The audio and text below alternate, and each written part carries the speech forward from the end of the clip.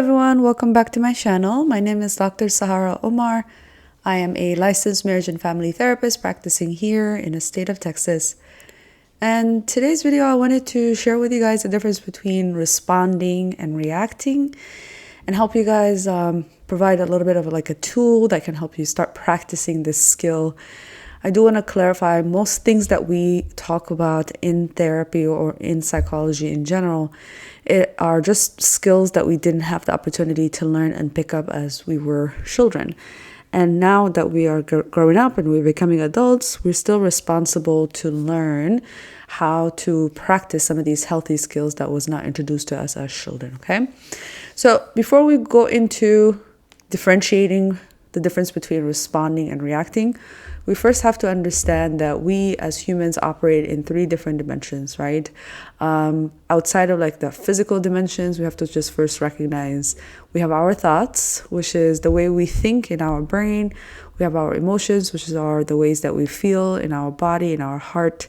And then we have all the behaviors, all the ways that we are acting towards life and experiences that we're experiencing. Okay, so since we are flowing between all three, we want to learn how to flow the right way and not learn to flow in a dysfunctional way, okay?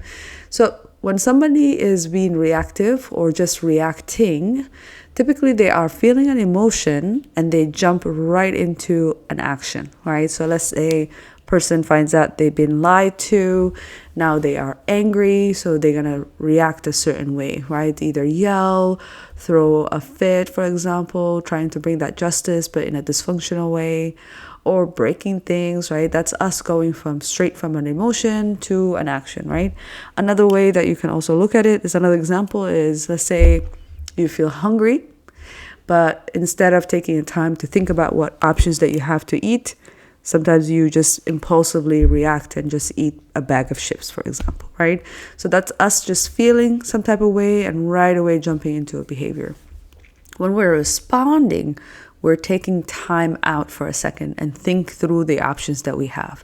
So we flow from our emotions to our brain, think through options for a second, and then come back to that actions that we have. Most of my clients, they struggle to take 20-minute break, right? So the research shows we need minimum 20-minute break before we can make a decision in order for us to calm back down. When we react, usually on an emotional level, what's happening is our cortisol level goes up, especially under a stress situation, right? And it takes about 20 minutes before the stress can come back down to normal levels in our body as well. So that's why we need that 20-minute break.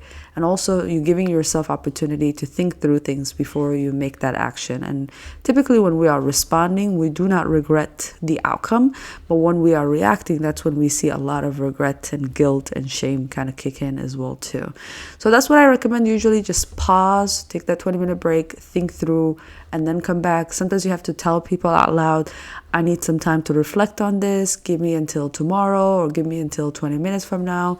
In a romantic relationship, in a marriage, it's okay to call it out and say, hey, I think we're getting overwhelmed right now. Let's come back to this discussion later tonight, babe, right? Just find ways to slow down linguistically as well to let people know like, hey, this is not something I can make a decision on right now. We can come back to it later. And that teaches us to respond in general. And typically, like I said, when we are responding, we do not have a lot of regrets in life, okay? All right, so I hope you guys liked the video. Feel free to hit that thumbs up. Also, feel free to leave a comment and share this video with other people as well. Thank you, everyone.